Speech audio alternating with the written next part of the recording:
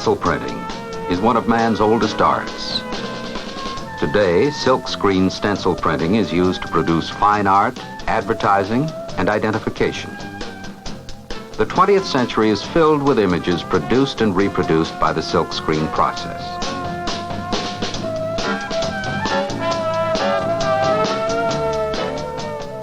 You can produce complex works of commercial and fine art in the classroom.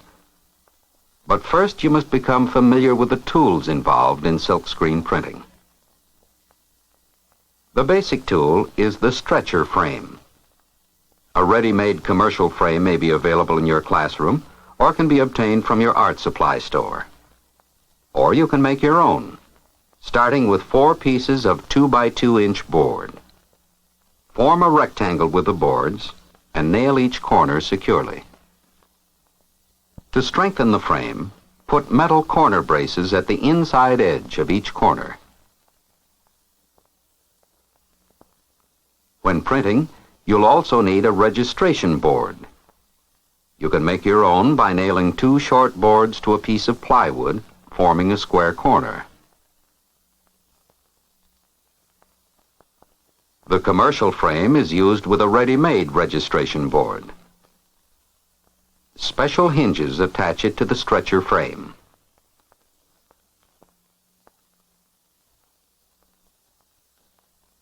The hinges have removable pins, so the stretcher frame can be removed for cleaning. Next, you'll need a material to be stretched on the frame. Many materials can be used to produce special textural effects. But the material should always have an open weave. Silk is the strongest, and therefore the most commonly used. There are 2 ways of attaching the cloth. The first is by stapling. Begin by placing a staple in the center of 2 opposite sides. Then staple toward the corners, stretching with a consistent tension. Place the staples at an angle and finish at a corner.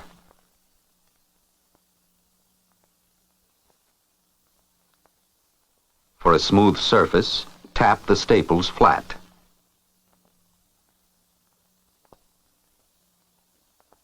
The commercial frame comes with deep grooves on all 4 sides.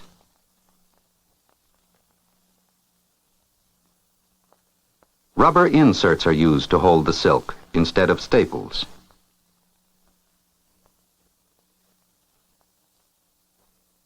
The silk is laid over the stretcher frame and the inserts are hammered into the grooves.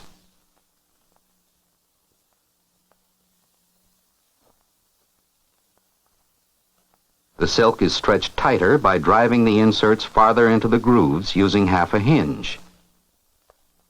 You can use any blunt tool that approximately fits the groove.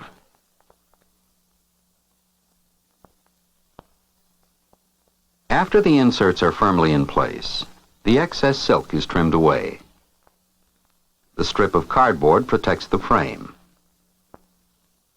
Trim the silk evenly about 3/4 of an inch in from the edge of the stretcher frame. Trim all 4 sides. The silk in both stapled and insert frames must be masked with brown paper tape about 2 inches wide. The tape prevents blotting during printing and also creates a place to pour the paint.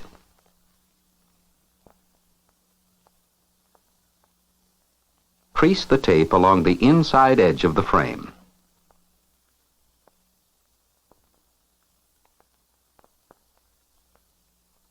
Wet the tape by pulling it over a damp sponge.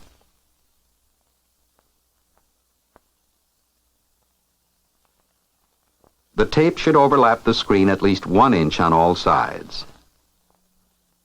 Then apply an additional width of tape, flat against the screen itself on each side. Sponge away the excess moisture.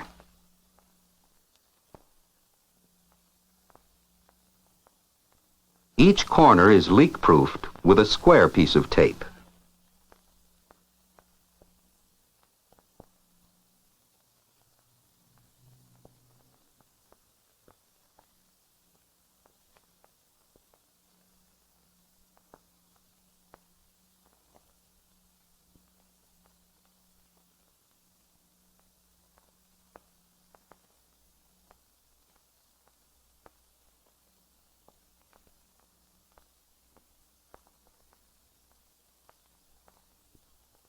Finally, the bottom of the frame is taped. To keep pigment from building up along the edges of the tape, place the inside bottom tape about 1/8 of an inch in from the edge of the top tape.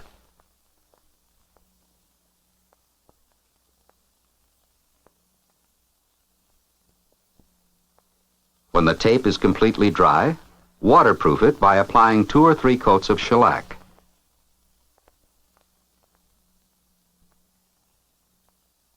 Be sure to coat the wood.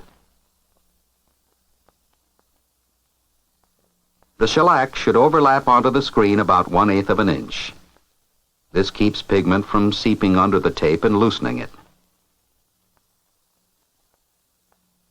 Clean drops and spills immediately, but be careful. Most solvents are extremely inflammable. Use a little solvent on a rag and rub the screen carefully until the shellac dissolves.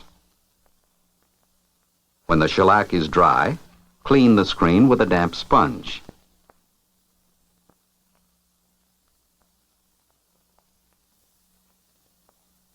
This design, taken from Mexican folk art, will be reproduced by the paper stencil method. When the basic sketch is complete, decide on colors. Remember, you must use a different stencil for each color you wish to print.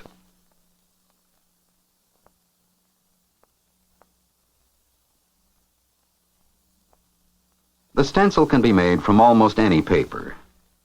The most commonly used are tracing paper, butcher paper, and thin waxed paper.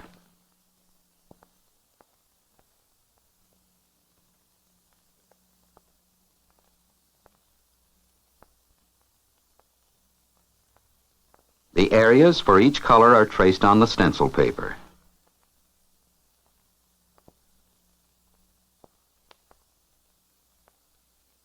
Then, with a knife or single-edged razor blade, carefully cut the stencil. You may cut the stencil so that colors overlap in some areas. Your first stencil should print the major areas or background, and the later stencils should print the more detailed portions of your design.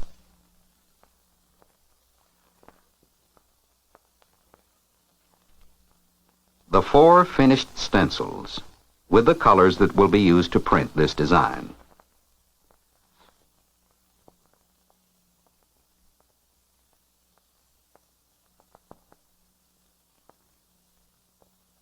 When you are ready to start printing, use a sheet of the paper you will print on to mark a registration corner. The corner can be made from scrap paper and is used to make sure each print will be in exactly the same place. The stencil is placed on a piece of tracing paper and lined up over the original design, which has been taped to the registration board. The tracing paper will be used for a test print, and the stencil will become stuck to the screen by the paint.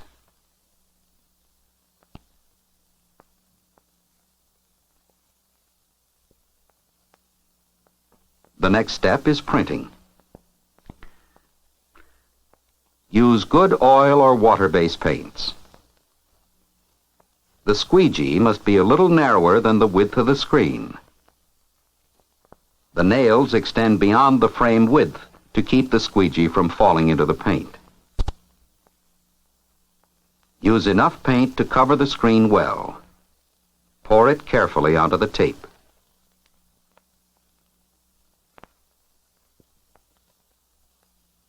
Apply constant pressure and pull the squeegee at an angle.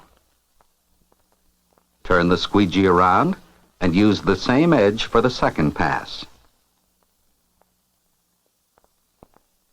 If you could see the underside of the screen, you'd see the paint being forced through the open areas of the stencil onto the paper.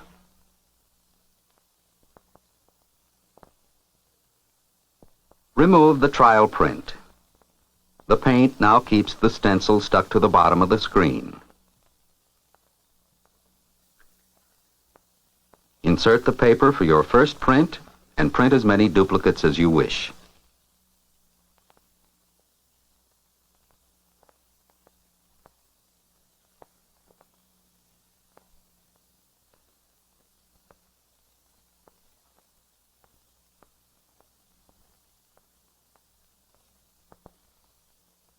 A simple hanging device for drying the prints can be made of clothes hangers and clothespins.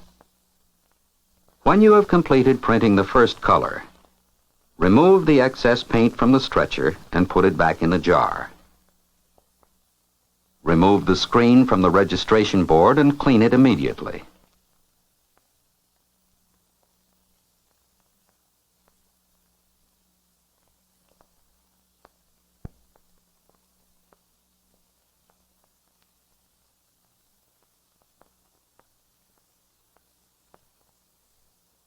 To remove water-based paints, use a soft absorbent cloth or sponge with water.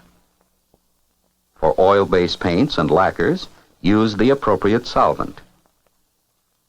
You may reuse a screen many times if you clean it carefully immediately after printing. When the screen is dry, insert your second stencil and make a test print.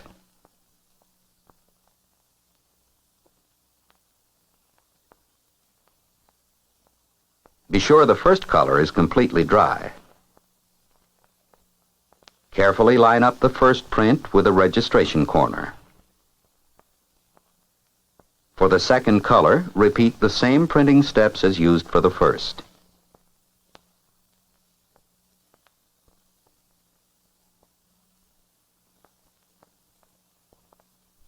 Notice what happens when the stencils overlap and one color has been overlaid on another.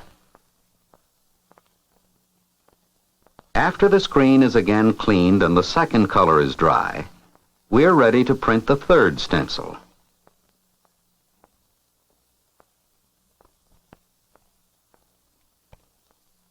This stencil adds color accents.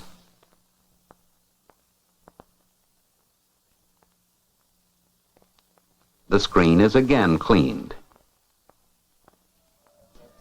The fourth and final stencil adds the finishing details, and the print is complete.